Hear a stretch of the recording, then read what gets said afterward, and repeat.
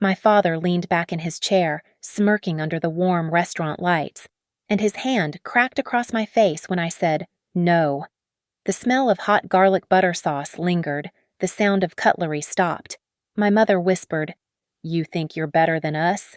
I wiped the blood from the corner of my mouth, opened my phone, and started counting down 72 hours to flip the entire table. My name is Ava Whitaker, and I've spent 32 years learning the difference between family and ownership. That Tuesday evening at Cinder and Salt changed everything, not because my mother's palm met my cheek in front of 43 witnesses, but because I finally stopped pretending love meant accepting abuse. The reservation was for 7 p.m. My promotion to senior strategy consultant at Northlight Analytics had come through that morning, and my parents insisted on celebrating. I should have known better. Gerald and Lorna Whitaker never celebrated anything without a price tag attached. The restaurant hummed with Tuesday night energy, couples on dates, business dinners, the clink of wine glasses against the backdrop of jazz piano. Our corner table had the best view of Harbor Falls skyline, city lights reflecting off the lake like scattered diamonds. My father ordered the most expensive bourbon without asking. My mother fussed with the napkin placement. And Cole, my younger brother, slouched in his chair, scrolling through his phone. "So," my father began after the appetizers arrived, his voice carrying that particular tone I'd learned to fear at age 7. "Cole's found a perfect place. 3 bedrooms, finished basement, great neighborhood." I spread herb butter on warm bread, keeping my movements steady. "That's nice. We need you to co-sign." My mother's words dropped like ice cubes into hot coffee. "And put down the deposit, 20,000. The bread turned to ash in my mouth. Around us, normal people were having normal dinners. A woman at the next table laughed at something her date said. Our waiter refilled water glasses. The world kept spinning while mine tilted off its axis. "No." The word came out clear, firm, not aggressive, not emotional, just no. My father's bourbon glass paused midway to his lips. "Excuse me." I said no. I'm not co-signing another loan for Cole. I'm not giving him $20,000.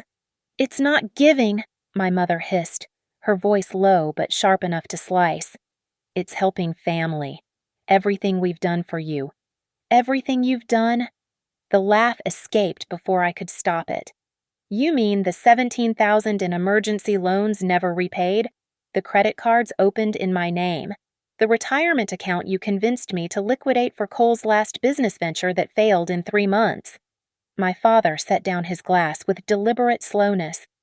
Other diners had started to notice that subtle shift in body language when public drama unfolds nearby. Forks moving slower, conversations dropping in volume, eyes darting sideways. "Lower your voice," he commanded. "No." That's when my mother stood, in my memory. It happens in slow motion, the scrape of her chair, the napkin falling from her lap, the way her rings caught the light as her hand moved through the air. The slap connected with enough force to turn my head sideways. The sound, sharp, wet, final, seemed to echo off the exposed brick walls. Silence fell like a curtain. Every conversation stopped. Our waiter froze mid-step. Someone's phone kept playing a video, tinny and absurd in the vacuum. I tasted copper, felt warmth sliding down from where her ring had caught my lip, saw my father lean back, that smirk spreading across his face like oil on water. "Oh, when you act like you're better than us," he said, loud enough for the neighboring tables to hear. "This is what happens. You forget where you come from." My mother sat back down, smoothing her dress as if she'd simply returned from the powder room. "Now, about that co-signing." I picked up my napkin, pristine white cloth, probably Egyptian cotton, and dabbed at my mouth. The blood left a pattern like abstract art. Around us, people pretended to return to their meals, but I could feel their attention like heat from a spotlight. Someone in the corner had their phone up, recording. "I'll have the chocolate soufflé," I told our waiter, who'd materialized beside us with professional grace. "And please, bring the check when you have a moment." The check. Cole finally looked up from his phone. "We just got here." I folded the bloodied napkin into a perfect square, placed it beside my plate, and met my mother's eyes. She expected tears, apologies, submission. Instead, I smiled, not broadly, just a small upturn of my lips that didn't reach my eyes. "No, we didn't just get here," I said. "We've been here for 32 years. This is just where it ends." My father snorted. "Drama queen. You'll cave by morning. You always do." I pulled out my phone, checking the time. 8:47 p.m. 72 hours from now would be 11:47 p.m. Friday night. I opened my calendar and created an event, Family Reckoning. The souffle arrived in 12 minutes. I ate it methodically while my parents raged in whispers about ungrateful daughters and family obligations. I memorized every face that stared, every phone that stayed raised, every sympathetic glance from the staff. The chocolate was dark, bitter, perfect. When the check came, I placed my credit card down before my father could reach for his wallet, the one I'd bought him last Christmas. The waiter ran it without meeting anyone's eyes. The receipt showed $187.36. I added a $40 tip and signed my name with a steady hand. Standing required effort, not from pain, but from the weight of what I was about to do. I gathered my coat, my purse, my dignity. "Ava," my mother's voice could have frozen the lake outside. "Sit down." "No." I walked through the restaurant with my head high, blood drying on my cheek, knowing that 3 different people had filmed the assault. The hostess held the door. The night air hit like absolution. Behind me, I heard my father's voice carry through the closing door. "She'll be back. They always come back." I touched my cheek where the heat still pulsed. A perfect handprint in invisible ink. Not this time. The manipulation started when I was 7. That's when I learned that love in the Whitaker household came with terms and conditions, interest rates, and hidden fees. I sat in my apartment at 9:03 p.m. Laptop open to my banking app, watching the numbers that told the real story of my family. The trail went back years, a breadcrumb path of financial abuse disguised as emergencies, guilt wrapped in gift paper, theft dressed up as family duty. 2 years ago, the church building fund needs help. Sweetheart, just $5,000. You know how important faith is to this family. The money never reached any church. I found the receipts later: a cruise to the Bahamas, new golf clubs for Gerald, a spa weekend for Lorna. 18 months ago, the roof is leaking. We could lose the house. $12,000. The roof was fine. Cole got a motorcycle that he crashed 3 weeks later. 1 year ago, your brother needs rehab. This one almost got me because I wanted to believe. $25,000 from my savings. Cole never went to rehab. The money went to his gambling debts, and he was back at the casino within days. The pattern was always the same: crisis, urgency, manipulation. Family helps family. Blood is thicker than water. We sacrificed everything for you. That last one was their favorite lie. My college tuition scholarships and student loans I'm still paying. My first car bought with money from waiting tables. Every achievement, every step forward, I'd earned despite them, not because of them. I scrolled through my transaction history, and there it was, a transfer I didn't make. $3,000 to Whitaker Community Fund at 8:15 p.m. while I was being slapped in a restaurant. They'd gotten creative, probably using the banking app on Cole's phone with my saved passwords from the last time I'd helped him pay his rent. My phone buzzed. "Ethan." "Saw what happened. Jenny was at the restaurant and sent me the video. Are you okay?" I stared at his text, my boyfriend of 3 years, and his first response wasn't to come over, to call, to show up. Just a text. Safe distance. Classic Ethan. "I'm handling it," I replied. "Maybe you should apologize. You know how your mom gets. Don't make this bigger than it needs to be." I set the phone down without responding and returned to my laptop. The Whitaker Community Fund. I'd never authorized this account. But there was my name as co-holder. 6 months of transactions, $78,000 total, all from various accounts linked to my Social Security number. The memories flooded back like water through a broken dam. Age 12. Ava, sweetie, sign this birthday card for Grandma. It was a credit application. Age 16. You need to learn about financial responsibility. Put this utility bill in your name. They never paid it. My credit was ruined before I turned 18. Age 21. We're so proud of our college graduate sign here for the family celebration dinner. A personal loan for $15,000. Age 25. Your brother's getting married family pitches in. No wedding ever happened. The money disappeared. Age 28. We're retiring soon. You're successful now. Time to give back. Monthly automatic transfers I had to fight the bank to stop. Every birthday, every holiday, every family gathering came with a price tag. They'd trained me well. Guilt was a currency, and I'd been paying in installments my whole life. Another text from Ethan. Your mom called me. She's very upset. Maybe you should consider their perspective. I pulled up his contact and typed, their perspective is that I'm a bank account with a pulse. If you can't see that, we have nothing to talk about. Send. Then I opened a new spreadsheet and started documenting everything. Every transaction, every receipt I'd saved, every email where they'd asked for money. The numbers were staggering, over $200,000 in 5 years, not counting the credit damage, the lost opportunities, the therapy I'd need after this was over. My mother had texted 12 times while I worked. 9:18 p.m. You embarrassed us. 9:21 p.m. This is not how we raised you. 9:25 p.m. Your father is hurt by your selfishness. 9:30 p.m. Cole needs this house. Don't destroy your brother's future. 9:33 p.m. Answer me. 9:35 p.m. You owe us everything. That last one made me laugh, sharp and bitter in my empty apartment. I owed them everything. The truth was, they'd taken everything and convinced me it was love. I found more evidence. Credit cards I never opened. Loans I never signed for. A second mortgage inquiry on my credit report from last month. They were escalating, getting desperate. Gerald's retirement hadn't gone as planned. Lorna's spending was out of control. And Cole was a bottomless pit of need with no intention of ever standing on his own feet. And I'd been their solution, their retirement plan, their emergency fund. My cheek throbbed where she'd hit me.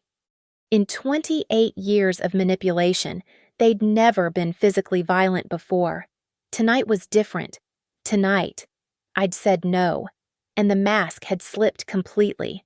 I downloaded every statement, took screenshots of every text, saved every email. The Whitaker Community Fund alone was enough for fraud charges.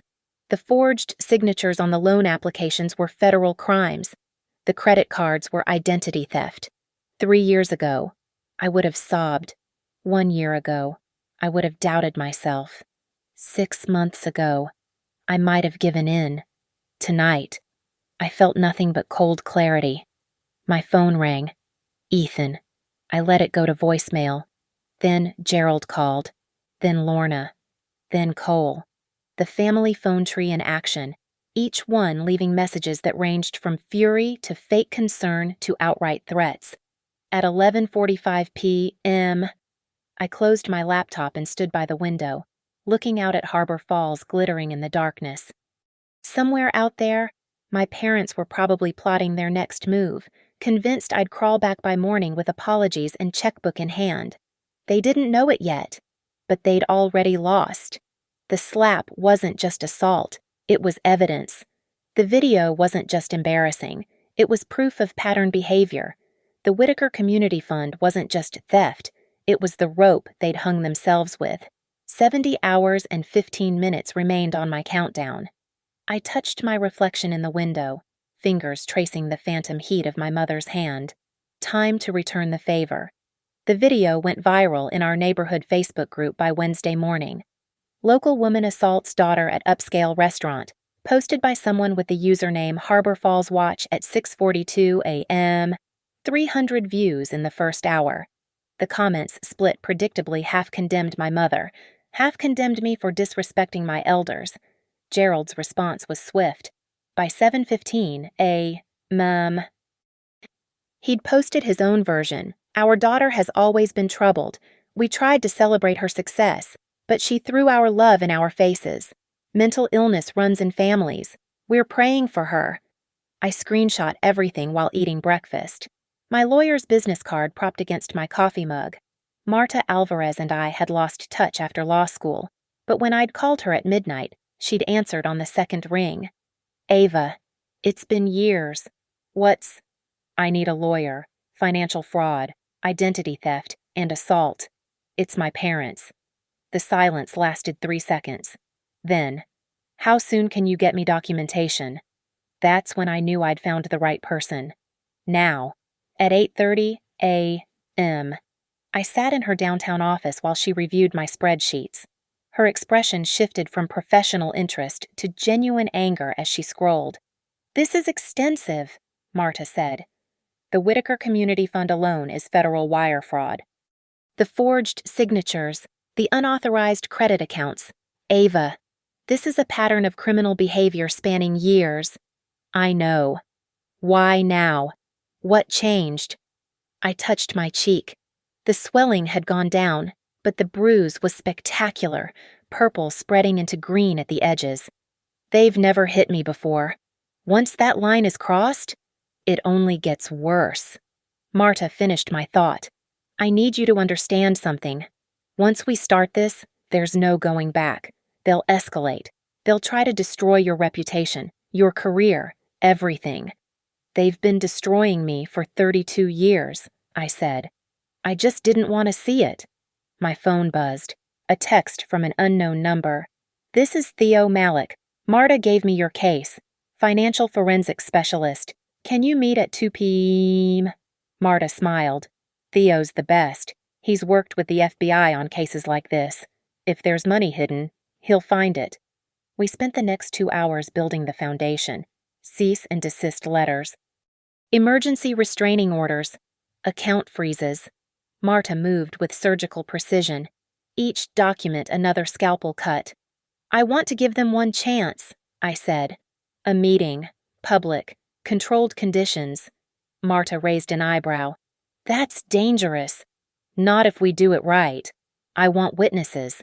I want them to confess, thinking they're manipulating me one more time. You want to bait them. I want to end this, publicly, completely. She leaned back, studying me. You've thought this through. 70 hours to plan. I want to meet them Friday night. Same restaurant, same table if possible. Except this time, I'll have evidence, witnesses, and backup. That's in 2 days. Can we be ready? Marta's smile turned sharp. Oh, we can be ready. The question is, are you prepared for what comes after criminal charges mean court testimony? You'll have to face them. I've been facing them my whole life. At least this time. I'll have the truth on my side. At 2 p.m. I met Theo at a coffee shop near the financial district. He was younger than expected, maybe 28, with keen eyes behind wire-rimmed glasses. Your parents are amateurs, he said without preamble, laptop already open. They didn't even try to hide the money properly. Look, the screen showed a web of transactions. The Whitaker Community Fund feeds into 3 personal accounts. Your mother's shopping account, your father's investment portfolio, and a joint account they share. But here's the interesting part. He pulled up another screen. They've been doing this to other people too. Your Aunt Martha, different Martha, has been donating monthly. Your cousin Eric, 3 members of their church. Your parents aren't just stealing from you. They're running a full-scale fraud operation. My stomach dropped. How much total, conservative estimate 800,000 over 10 years, from you alone? About 300,000. The number sat between us like a loaded gun. I couldn't finish. Prison time. Theo said quietly. This isn't small claims court anymore. This is federal. My phone rang. Cole. I answered on speaker. What? Ava. What the fuck? Mom says you're trying to destroy the family. I need that house. Cole, did you know about the Whitaker Community Fund? Silence. Did you know they were stealing from me? It's not stealing when it's family. I hung up. Theo made a note. He just admitted knowledge. That's conspiracy. He's an idiot, not a mastermind. Legally, there's no difference. By 4 p.m., we had everything documented. Theo had created a digital trail so clear a child could follow it. Every dollar, every transaction, every lie exposed in black and white. One more thing, Theo said as we packed up. They accessed your banking app last night during dinner. The IP address matches Cole's phone, but the timing suggests your mother did it while you were distracted by the assault. She hit me to create a distraction for theft. The transfer went through at 8:15 p.m. The video shows the slap at 8:14 p.m. Premeditated, calculated, cold. I drove home in silence, the weight of it settling over me. This wasn't a family having money troubles. This was a criminal enterprise that happened to share my DNA. My apartment building's doorman flagged me down. Ms. Whitaker, your parents were here around noon. They said it was an emergency, wanted me to let them in. I told them no, but they weren't happy. Thank you. Marcus. If they come back, call the police. He handed me a box. This came for you, though. Rush delivery. Inside my apartment, I opened it carefully. A photo album, pictures of my childhood. Every image showed me smiling with my parents. A sticky note on top in my mother's handwriting, remember who loved you first. I flipped through slowly. Birthday parties, Christmas mornings, family vacations I now knew were funded by fraud. In every photo, I was smiling. In every photo, I had no idea what was happening behind that camera. The last page had a new addition, a printout from today. My mother's Facebook post, "Please pray for our daughter. Mental illness is a terrible thing. We're getting her help, whether she wants it or not." 600 comments, 2,000 shares. They were laying groundwork, making me the villain, creating a narrative where any accusation I made would be dismissed as delusion. But they'd made one mistake. They'd taught me too well. I pulled out my phone and created my own post. No words, just the video of the slap, my bloodied face afterward, and a simple caption, "This is love in the Whitaker family." Then I added, "Family meeting Friday, 7 p.m., cinder and salt." The truth needs witnesses. Post. Within minutes, the comments exploded. The neighborhood watch, the church groups, everyone who'd ever donated to the Whitaker Community Fund. My phone rang immediately. Gerald. "Take it down. Now." "No. I'll destroy you." "Get in line," I said. "You've been destroying me for years. Friday, 7 p.m. Bring Mom. Bring Cole. Bring your receipts. You little..." I hung up and blocked the number. 52 hours to go. Thursday morning, 5:30 a.m. I sat in my kitchen with 3 laptops open, systematically destroying 20 years of financial entanglement with surgical precision. First, the joint accounts. Closed. New individual accounts at a different bank across town. Passwords generated by random algorithm. Security questions only I could answer. 2-factor authentication on everything. Second, the credit cards. Every authorized user removed. Every card they'd opened in my name disputed and frozen. Fraud alerts placed on all 3 credit bureaus. My credit score would tank temporarily, but Marta assured me it would recover once the investigations concluded. Third, the power of attorney document my mother had convinced me to sign for emergencies when I was 22. Revoked. Notarized. Filed with the county clerk by 7 a.m. When they opened, Theo had sent me a program that flagged any new activity using my social security number. By 8:15 a.m., it pinged. Someone was trying to open a home equity line of credit using my information. "They're panicking," Theo said when I called. "This is desperation. They know you're onto them." "Can we trace it?" Already did. IP address from your parents' house. Your father's laptop, based on the device signature. Screen recorded the whole attempt. He's literally committing fraud in real time. By 9 a.m. Marta had filed the demand letter with Gerald and Lorna's last known address. They had 48 hours to respond and return all stolen funds, or criminal charges would be filed Monday morning. My phone buzzed. Ethan, your mom came to my apartment. She's crying. She says you're having a breakdown. Please talk to her. I typed back, did you let her in? Of course not, but Ava, she's your mother. No, she's a criminal who happens to share my DNA. If she contacts you again, call the police. That's extreme. Check your credit report. Now. What, why? Just do it. 20 minutes later, he called. Voice shaking. There's an inquiry. Someone tried to open a credit card yesterday using my information. Welcome to my world. File a police report. Today. Ava, I'm sorry. I didn't understand. I know. That's why we're done. Ethan, you've watched them hurt me for 3 years and always taken their side. I can't have people in my life who enable them. I hung up before he could respond and blocked his number too. The doorbell rang at 11 a.m. Through the peephole, I saw a process server. Ava Whitaker. Yes. He handed me papers. You've been served. I read quickly. My parents were suing me for emotional distress, defamation, and theft of family funds.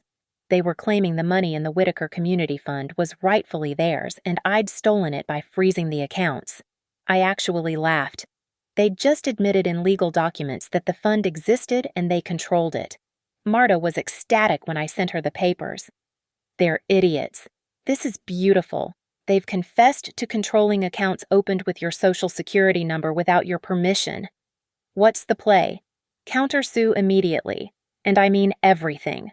Fraud, identity theft, assault, intentional infliction of emotional distress. We bury them in paper. But more importantly, this accelerates our timeline. We can file criminal complaints today instead of waiting. Do it. By 2 p.m., I was at the police station, filing reports. The detective, a woman named Sarah Kim, took my statement with growing anger. $300,000, she repeated.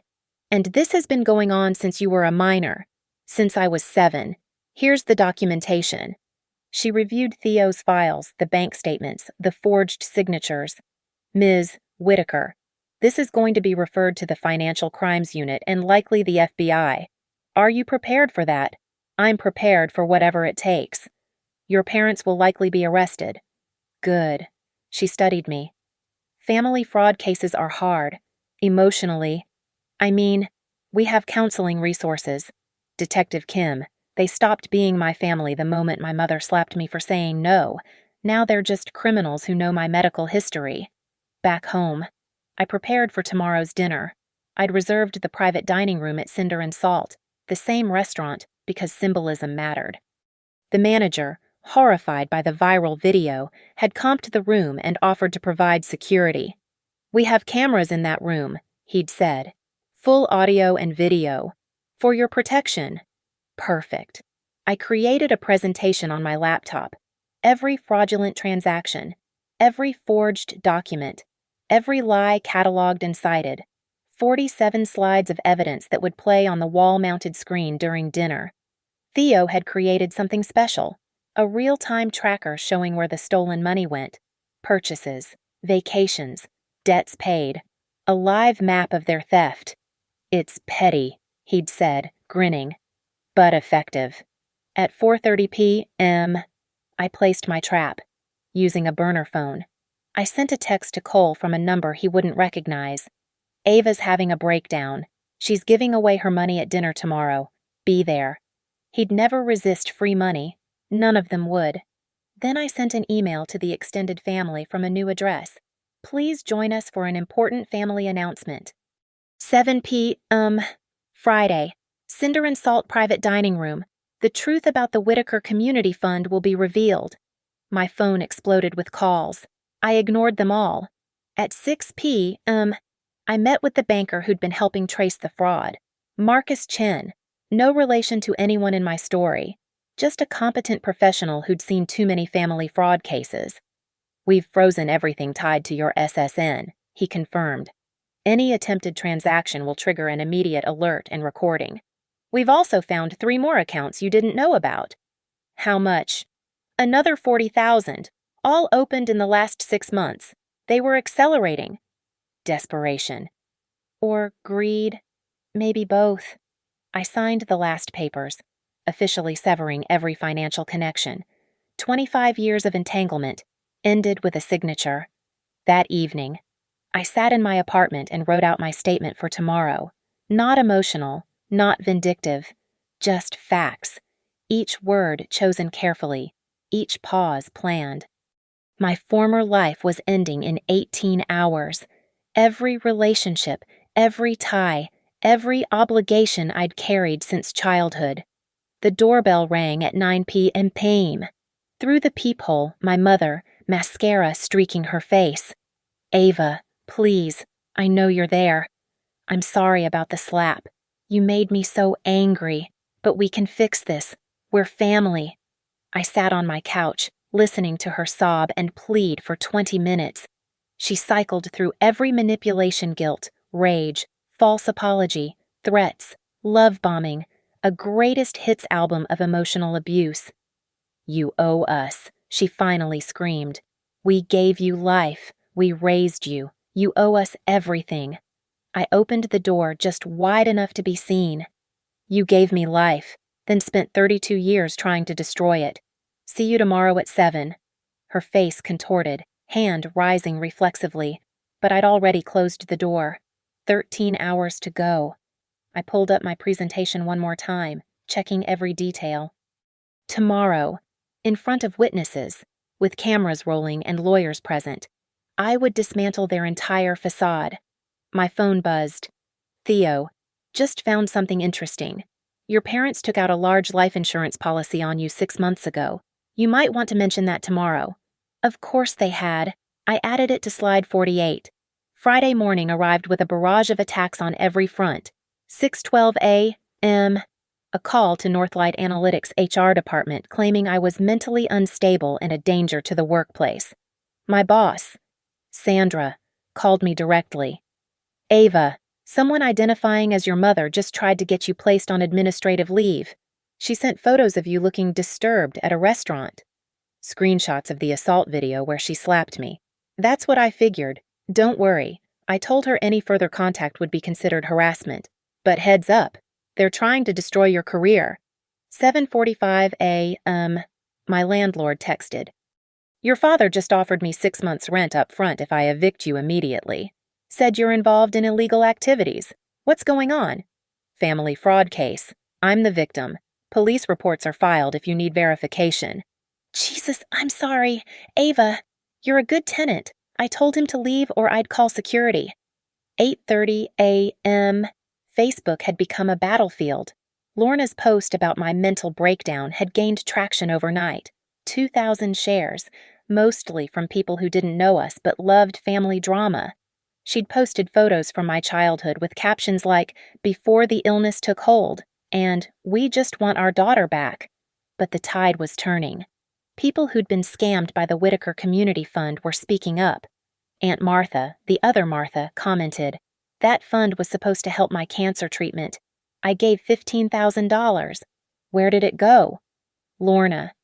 By 10 a.m., 17 victims had identified themselves publicly. Ethan sent one last text. Your mom says you're planning something vindictive tonight. Ava, revenge isn't the answer. Forgiveness. I blocked him mid-sentence. 3 years together and he still didn't understand the difference between revenge and justice. At noon, standing in my bedroom, I chose my outfit carefully. Black blazer, crisp white shirt, dark pants, professional, serious, untouchable. The bruise on my cheek had deepened to purple-green. I didn't cover it with makeup. Let them see what they did. My phone rang. Marta. Bad news. Your parents hired Mitchell Graves. I knew the name. Sleazy defense attorney. Famous for getting guilty rich people off on technicalities. Does that change anything? No, but it means they're taking this seriously. They know they're in trouble. Also, Detective Kim wants to attend tonight's dinner. Unofficially. Just to observe. Tell her yes. 2 p.m. Cole left a voicemail. Ava, this is insane. You're destroying our family over money. I need that house. I need it. My life is falling apart and you're playing games. Call me back. I didn't. 3 p.m. Theo sent his final report. The full scope was staggering. 347,000 stolen from me. Another 450,000 from various relatives and church members. 797,000 total. Just under the $1 million mark that would have triggered automatic federal scrutiny. They'd known exactly what they were doing. 4 p.m. I sat in Marta's office for final preparation. If they get violent, security will be there, so will Detective Kim.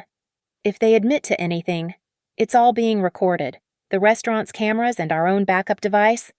If they try to leave, let them. We have enough evidence regardless. She leaned forward. Ava, are you sure you want to do this?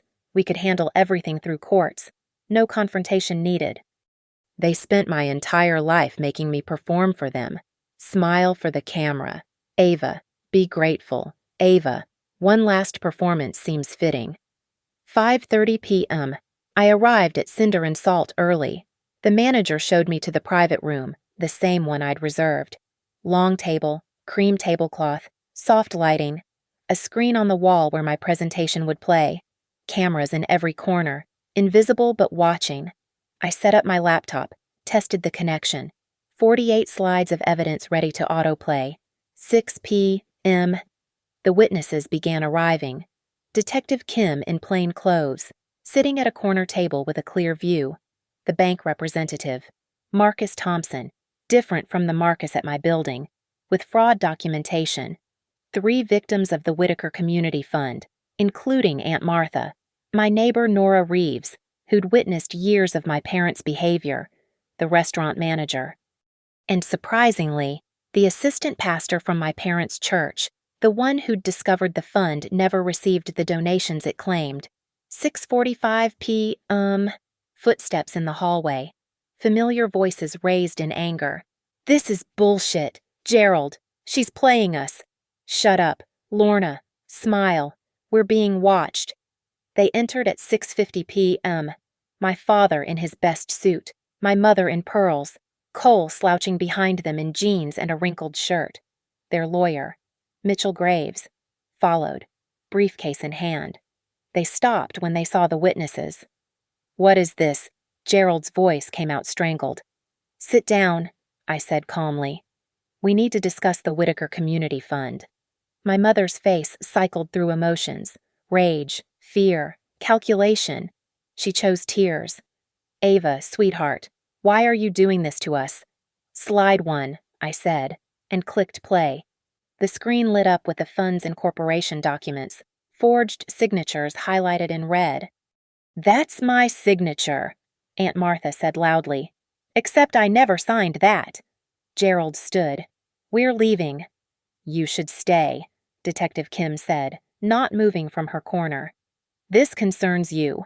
He recognized authority when he heard it. He sat. The slides continued. Transaction after transaction. Their purchases mapped against the fund's withdrawals. The correlation was perfect. At slide 20, showing the life insurance policy they'd taken on me, Cole finally spoke. What the fuck, Mom? Shut up, Lorna hissed. No, seriously, $1 million policy on Ava. What were you planning? The room went very quiet. It's just good financial planning, Gerald said weakly. It's conspiracy to commit insurance fraud, Marta corrected. At minimum. Slide 30 showed the credit cards. Slide 35, the forged loan documents. Slide 40, the pattern of escalation over the past 6 months. You were running out of money, I said. Dad's retirement wasn't enough. Mom's spending was out of control.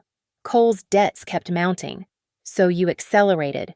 More theft, bigger risks. And when I said no to one more loan, you hit me. You were disrespectful, Lorna started. I was done being robbed. Slide 45. The assault video. My mother's hand connecting with my face. The sound echoing in the private room. That's assault, Detective Kim said quietly. On video. Mitchell Graves finally spoke. My clients are willing to discuss a settlement. No. Surely we can resolve this without no settlement. Full restitution. Every penny returned. And they confess. Here. Now. On camera. That's not going to happen. I stood, gathering my things. Then we'll see you in court. Criminal trial starts Monday. The FBI has been notified about the interstate wire fraud. Aunt Martha, did you want to add anything? Just that I'm pressing full charges, she said. $15,000 meant for chemotherapy. I could have died. Mom, Cole said, his voice small. Did you really steal from Aunt Martha's cancer fund? Lorna's mask finally slipped completely. Everything we did was for this family, for ungrateful children who owe us everything we gave you life, and spent 30 years trying to bill us for it. I finished. She lunged across the table. Security stepped forward, but I didn't flinch. Let her come. Let everyone see. Gerald grabbed her arm.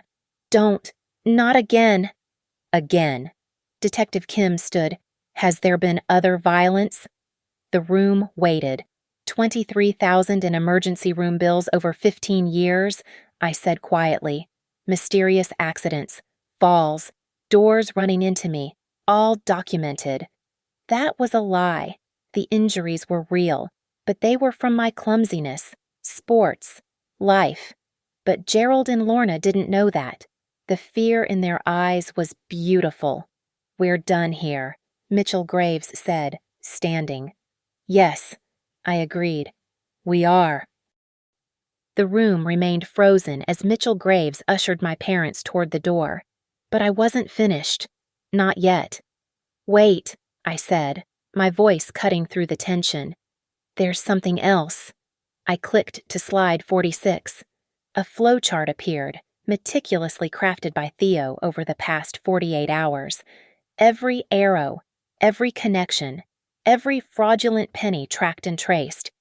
12 separate transactions on December 24th last year. I began. Christmas Eve. While I was in the hospital with appendicitis, while I was unconscious, someone accessed my phone and authorized transfers totaling $18,000. My mother's face went white. The hospital security footage, I continued, clicking to the next slide, shows you. Mom, with my phone at 11:43 p.m. The transfers occurred at 11:45, 11:47, and 11:51 p.m. You can't prove, Gerald started. The phone's location data can, Theo said from his seat near the wall. He stood, adjusting his glasses. GPS coordinates match the hospital's financial services office. Someone used the ATM there to deposit the transferred funds. The ATM camera got a clear shot. Another click. My mother's face at the ATM, my phone visible in her hand. Merry Christmas to me, I said flatly. Cole had been silent, but now he spoke, voice cracking. You robbed her while she was dying. She wasn't dying, Lorna snapped. Stop being dramatic. My appendix had ruptured, I corrected. I nearly went septic. But yes, technically not dying. Just close enough that you thought you could get away with it. The assistant pastor stood up. Mrs. Whitaker. The church received a donation receipt for $20,000 that same week, for tax purposes. But our records show we never received those funds. That's tax fraud, Detective Kim noted, on top of everything else. Mitchell Graves whispered urgently to my parents. Gerald's response was loud enough to hear, Shut up and get us out of this. There is no out, Marta said. Your clients have committed multiple federal crimes. The evidence is overwhelming. The only question is whether they cooperate or face maximum sentences. I clicked to slide 48. The life insurance policy again, but with additional documentation Theo had uncovered. 6 months ago, you took out $1 million policy on my life. 2 weeks later, you increased it to $2 million. The beneficiary changes were interesting. First Cole, then the Whitaker Community Fund, Finally back to yourselves, like you couldn't decide how to hide it best. Insurance isn't illegal, Graves said weakly. No, but the search history on Gerald's laptop might be concerning. Theo pulled up his tablet. December 10th, accidental death insurance payout. December 12th, how to make death look accidental. December 15th, prescription drug interactions fatal. December 18th, average time police investigate accident. The room collectively inhaled. You were. Cole couldn't finish. He stared at our parents like he'd never seen them before. Those searches mean nothing, Gerald said, but his voice shook. Maybe not alone. I agreed. But combined with the insurance policy, the escalating theft, the physical assault when I refused to comply anymore, patterns matter. Marcus Thompson, the bank representative, stood up. I need to inform you that as of 4:37 p.m. today, all accounts connected to the fraudulent activity have been frozen pending investigation. This includes your personal accounts, Mr. and Mrs. Whitaker, as they received proceeds from the criminal activity. You can't do that, Lorna shrieked. Actually, federal banking regulations require it, he replied calmly. The documentation Ms. Whitaker and her legal team provided triggered mandatory reporting to the Treasury Department. How much is frozen? Cole asked. All of it, Thompson said. Approximately $400,000 across various accounts. Cole turned to our parents. $400,000. You told me we were broke. You said we needed Ava's money to survive. We do need it. Lorna's composure shattered completely. Do you know how expensive it is to maintain appearances? The country club dues, the cars, the house. The gambling debts, I added quietly. Everyone turned to look at me. Oh, did you think I didn't know about Atlantic City, Vegas? The online poker accounts. I pulled up my phone, showing screenshots. 60,000 in the last year alone. That's why you accelerated the theft. Not for Cole's house. For Gerald's addiction. My father's face went purple. How dare you? How dare I? What, tell the truth, fight back, refuse to be your personal ATM anymore? Detective Kim stepped forward. Mr. and Mrs. Whitaker, I'm going to need you to come to the station for formal questioning. Are we under arrest? Graves asked. Not yet, but that could change depending on cooperation. Lorna grabbed Cole's arm. Tell them we're a loving family. Tell them Ava's lying. Cole yanked away. You stole from her while she was in surgery. You stole from Aunt Martha's cancer fund. You were Googling how to kill her. What the fuck am I supposed to say? We're your parents. Gerald roared. No, Cole said quietly. You're criminals who happened to raise us. The echo of my own words from his mouth seemed to break something in our parents. After everything we sacrificed, my mother whispered. After everything we gave up for you, ungrateful. What did you sacrifice? I interrupted. Name one thing. One actual sacrifice you made that wasn't eventually billed to my account. Silence. That's what I thought. Marta handed Detective Kim a folder. Our formal criminal complaint. 15 counts of fraud, 3 counts of identity theft, 1 count of assault, conspiracy charges, and tax fraud. We're also pursuing civil damages. How much? Graves asked. $800,000 in restitution to all victims, plus damages. Roughly $2.4 million total. We don't have that. Then you better hope the house sells well, Marta said. And the cars, and the jewelry, and everything else you bought with stolen money. I stood up, closing my laptop. The presentation had run its course. Every piece of evidence was displayed, recorded, witnessed. Ava, my mother said, and for the first time in my life, she sounded small. Please, we're family. No, I said, meeting her eyes. Family doesn't steal. Family doesn't assault. Family doesn't plan murder for insurance money. We never would have gone through with it, maybe. Maybe not. But you thought about it. You researched it. You put a price tag on my life. just like you did everything else. I picked up my bag, ready to leave. But there was one more thing. Cole, I said. He looked up, eyes red. The offer I made you 2 years ago still stands. Get clean, get a job, get therapy, and I'll help you start over, but not 1 penny until you do the work. He nodded, unable to speak. Ms. Whitaker, Detective Kim said, we'll need you to come to the station tomorrow for a full statement. I'll be there at 9 a.m. I walked toward the door, passing my parents one last time. Gerald reached out, perhaps to grab me, perhaps to plead. Security stepped between us. When you think you're better than us, he started, falling back on his favorite manipulation. I turned, looking him straight in the eye. I don't think I'm better than you, Gerald. I know I am, because I've never stolen from my child. I've never hit someone for saying no. I've never plotted murder for money. You're no child of mine, he spat. Finally, I said, something we agree on. I left them there, in that private dining room where it all began and ended. The witnesses dispersed slowly, each carrying their piece of the story. By morning, everyone would know the truth about the Whitaker family fund, about the golden couple who built their lifestyle on theft and manipulation. The cool October air hit my face as I exited the restaurant. Detective Kim followed me out. Ms. Whitaker, you did the right thing. Did I just destroyed my family. No, she said firmly. They destroyed themselves. You just stopped enabling it. The private dining room at Cinder and Salt had transformed into a courtroom without walls. 7 p.m. exactly, and every piece of evidence was in position, every witness ready. This was my final performance for the Whitaker Family Theater.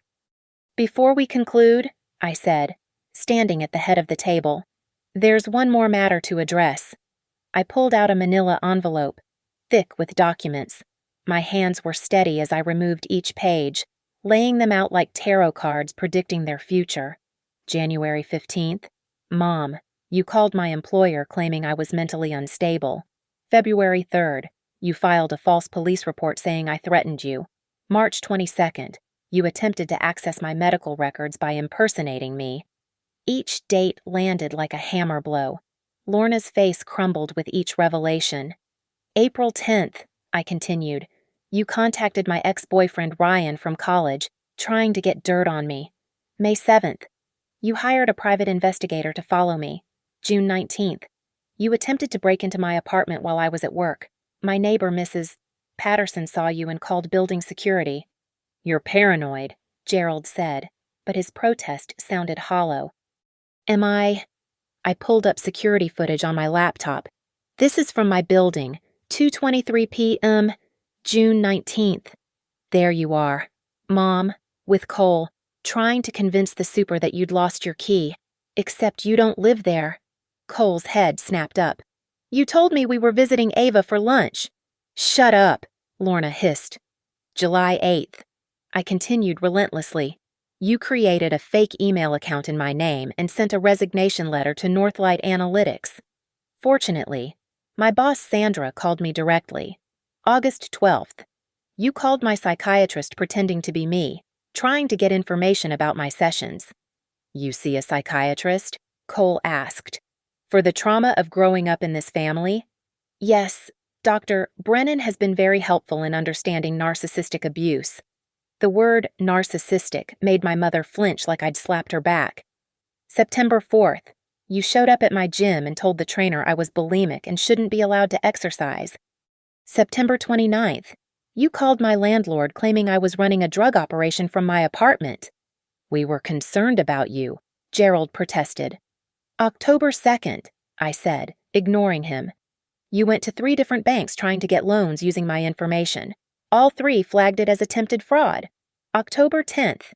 You called Child Protective Services claiming I was an unfit guardian for children I don't have, hoping to create a record for future use. Detective Kim was taking rapid notes. These are all separate criminal acts: harassment, stalking, false reports. And finally, I said, clicking to the last slide. October 15th, 3 days ago. You attempted to hire someone to plant drugs in my car. The room went silent. "That's a lie," my mother shrieked. Theo stood up, pulling out his phone. "I have the recording. The person you tried to hire was an undercover cop running a sting operation. You offered him $5,000 to plant cocaine in Ava's car and call in an anonymous tip." He pressed play. My mother's voice filled the room. "I need her arrested. Just enough to ruin her career. She's destroying our family and needs to be stopped. 5,000 cash. No questions asked." The undercover officer's voice responded.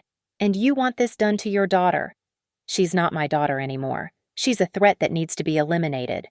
Theo stopped the recording. Cole was on his feet. "Mom, what the fuck?" "You tried to frame her language." She snapped automatically, then seemed to realize the absurdity. "The escalation is clear," Marta said. "From financial fraud to physical assault to attempted framing. The next step would have been, we would never hurt her." Gerald interrupted. "The insurance policy suggests otherwise," Detective Kim said. "Combined with the online searches about accidental death, those were just, I was curious." "About how to kill your daughter?" I asked. "That's not curiosity. That's premeditation." The assistant pastor stood up. "I need to add something. Last Sunday, Mrs. Whitaker asked me about the theological implications of accidental death, whether someone would still go to heaven if they died suddenly. She was specifically asking about you. Ava." My skin crawled, but I maintained composure. "When exactly?" "After the morning service. Around 11:30 a.m. The same day she tried to hire someone to plant drugs in my car." I noted. "Busy Sunday? This is entrapment." Mitchell Graves protested. "You set them up." "No," Marta corrected. "Entrapment requires inducement to commit a crime they wouldn't otherwise commit. Ava's parents sought out criminal services on their own. Multiple times." I walked around the table slowly, like a prosecutor making closing arguments. "The pattern is clear. First, they stole my money. When I started noticing, they stole more aggressively. When I questioned them, they assaulted me. When I fought back, they tried to destroy my reputation. When that failed, they tried to frame me, and underneath it all, a $2 million life insurance policy waiting to pay out." I stopped directly across from them. "The only question is, would you have gone through with it?" "Never," my mother cried, but her protest sounded hollow. "October 20th, I said. "That's tomorrow. What were you planning for tomorrow?" They exchanged glances. Gerald's lawyer whispered urgently in his ear. "Don't answer that," Graves advised. "Too late," Theo said. "We have their calendar, synchronized from Gerald's phone before the accounts were frozen. Tomorrow at 3 p.m. Family intervention for Ava. Location Warehouse District. Unit 47. "An intervention requires people," I said. "Who did you invite?" Silence. "No one, because it wasn't an intervention. Unit 47 is an abandoned building. No cameras. No witnesses." "You're insane," Lorna screamed. "We wanted to talk to you privately. In an abandoned warehouse with a $2 million insurance policy, after researching accidental deaths. The weight of it all seemed to finally crush them." Gerald slumped in his chair. Lorna's hands shook as she reached for water. "Here's what's going to happen," I said, my voice eerily calm. "You're going to confess. Everything. The fraud, the theft, the stalking, the attempted frame job. You're going to return every penny you stole. You're going to stay away from me permanently, and you're going to be grateful I'm not pushing for attempted murder charges." "We can't confess," Gerald said weakly. "We'll go to prison." "Yes," I agreed. "You will." "Ava, please." My mother tried one last time. "We made mistakes, but we love you." I laughed, sharp, bitter, final. "No. You love what I could provide. You loved my credit score, my income, my potential insurance payout. You never loved me." I pulled out one final document. "This is a restraining order. Permanent. You come within 500 feet of me, you get arrested. You contact me, you get arrested. You contact my employer, my friends, Anyone in my life, you get arrested. Detective Kim stood. Mr. and Mrs. Whitaker, you need to come with me now. Are we under arrest? Graves asked again. Yes. Conspiracy to commit fraud, attempted solicitation of drug planting, filing false police reports, stalking, and harassment. Those are just the state charges. The FBI will handle the federal ones. The handcuffs came out. The click as they closed around my parents' wrists was the most satisfying sound I'd ever heard. Cole isn't part of this, I said quickly. He's an idiot, but not a criminal. Detective Kim nodded. We're aware. He's a witness, not a suspect. As they led my parents out, my mother turned back one last time. When you think you're better than us, I am better than you, I cut her off. Because when someone says no to me, I don't hit them. When I need money, I earn it. When I love someone, I don't put a price tag on their life. She opened her mouth to respond, but the detective pulled her away. The room emptied slowly. Witnesses murmured their shock and support. The assistant pastor pressed my hand, promising the church would pursue full charges for the embezzled donations. Aunt Martha hugged me, tears in her eyes. Soon it was just me, Marta, and Theo. You did it, Marta said. It's over.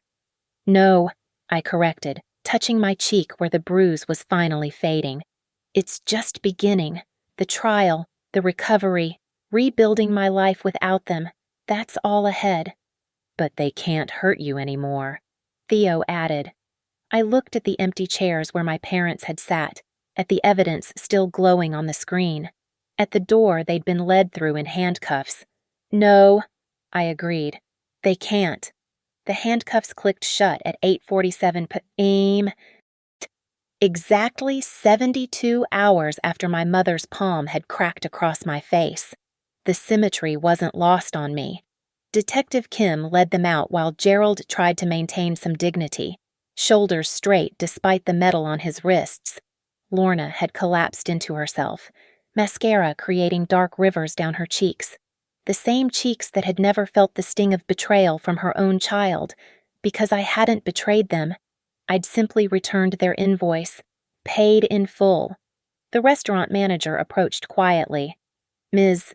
Whitaker, there will be no charge for tonight, and I want to personally apologize for what happened here on Tuesday.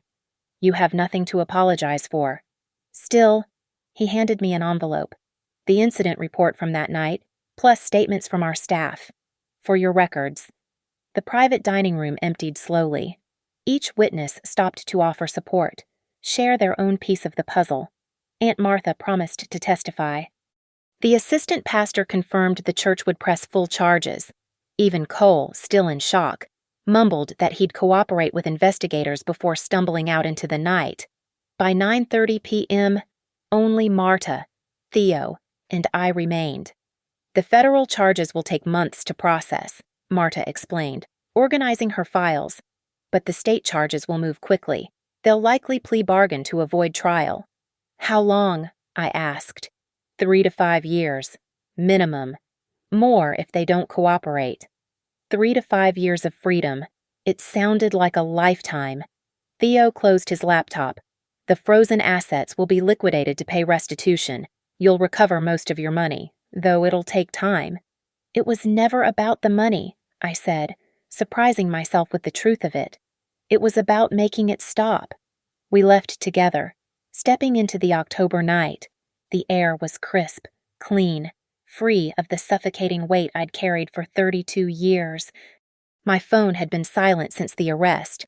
No more manipulative texts, no more guilt-laden voicemails, no more threats disguised as love. Back in my apartment at 11 p.m., I sat in the darkness, processing the earthquake I'd triggered.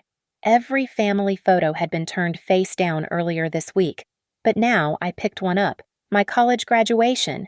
They'd insisted on an expensive dinner afterward, which I'd paid for, naturally.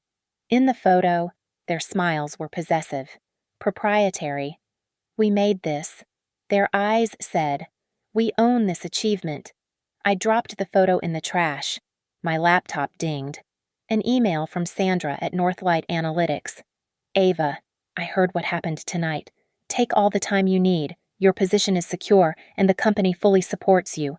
If you need resources for legal fees or counseling, we're here. My first instinct was to decline, to handle it alone as I always had. Then I remembered Dr. Brennan's words from our last session. Accepting help isn't weakness. It's recognition that you deserve support. I typed back, "Thank you. I'll take next week off and would appreciate the counseling resources." Send. Another ding. Cole. Ava, I'm sorry. For everything. For being a parasite. For not seeing what they were doing. For letting you carry us all. I'm checking into rehab tomorrow morning. Real rehab, not their fake version. I'll do the work. I promise. I didn't reply. Promises from Whitakers meant nothing. But maybe. Just maybe. He'd prove me wrong. The bruise on my cheek had faded to yellow-green, barely visible in the bathroom mirror. In a week, it would be gone entirely. The physical evidence of their abuse would vanish, but the paper trail would last forever. Criminal records, court documents, FBI files. The Whitaker name would be permanently linked to fraud, assault, conspiracy. Good. I made chamomile tea and stood by the window, looking out at Harbor Falls. Somewhere in the city jail, my parents were spending their first night behind bars. Were they blaming each other? Plotting their defense, still convinced they were victims. It didn't matter. Their thoughts, their feelings, their version of events, none of it was my responsibility anymore. My phone buzzed, an unknown number. I almost ignored it, then saw it was from the jail. "You have a collect call from Gerald Whitaker. Press 1 to accept." I pressed end and blocked the number. Then I did something I hadn't done in years. I took a full breath, deep, complete, unrestricted. My chest expanded without the weight of their expectations, their demands, their endless need. The air tasted different, cleaner, lighter, mine. I pulled out a notebook and wrote, "Things I can do now. Change my phone number without asking permission. Take a vacation without being guilted. Save money that stays saved. Make friends. They haven't poisoned against me. Go to therapy without being called crazy. Succeed without being sabotaged. Fail without being destroyed. Live without being afraid." The list grew longer, each item a small freedom I'd never had before. At midnight, I received one final email. From the bank. "All fraudulent accounts have been closed. New security measures are in place. Your credit has been flagged for protection. No one can open accounts in your name without biometric verification." I closed my laptop and prepared for bed. Tomorrow, I'd start the long process of rebuilding. New locks, new passwords, new boundaries. Maybe I'd even consider dating again, once I learned what healthy love actually looked like. As I turned off the lights, my hand unconsciously went to my cheek one last time. The heat was gone. The sting was gone. But the memory remained, not of pain, but of the moment I'd finally said no and meant it. My mother had whispered, "You think you're better than us," like an accusation, a condemnation, a curse. But it wasn't any of those things. It was a revelation. I didn't think I was better than them. I knew I was, because I'd chosen justice over revenge, truth over silence, freedom over family. And in that private dining room at Cinder and Salt, surrounded by witnesses and evidence and the weight of their own crimes, I'd finally balanced the ledger. Every emotional debt canceled, every guilt payment returned, every manipulative transaction reversed. The Whitaker Family Fund was finally, permanently, closed. I touched my cheek one last time, feeling nothing but smooth skin and the promise of tomorrow. No more bruises, no more theft, no more fear. Just me, Ava Whitaker, 32 years old, free. The October wind rattled my windows, but inside, everything was still, peaceful, mine. I closed my eyes and, for the first time in my life, fell asleep without checking my bank balance first. Thank you all for listening to my story. I'm curious to know where in the world you're hearing this. Please comment below and let's connect. If this story resonated with you, please subscribe to the channel and share your thoughts. Your own experiences and reactions mean everything. Until next time, stay strong and remember, saying no is a complete sentence.